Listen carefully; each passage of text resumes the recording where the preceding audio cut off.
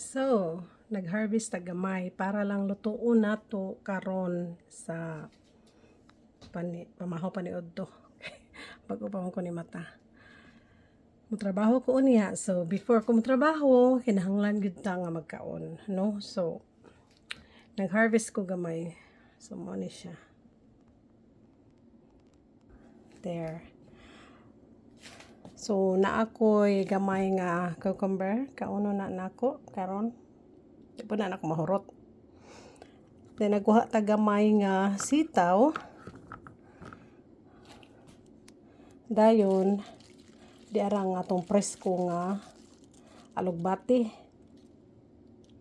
O itong alugbati presko kaayo. So, di na ka kinahanglan mo dagag tindahan para lang mo palit ana, no?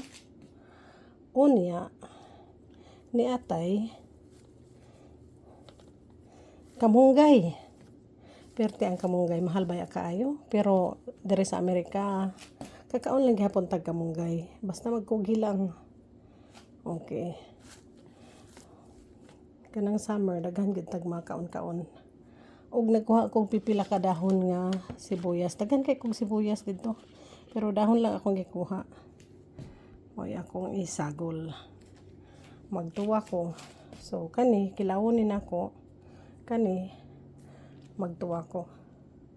Mani akong ipangsagol sa tuwa. Og hanga kong tuwahon kay tuna. Dara ha.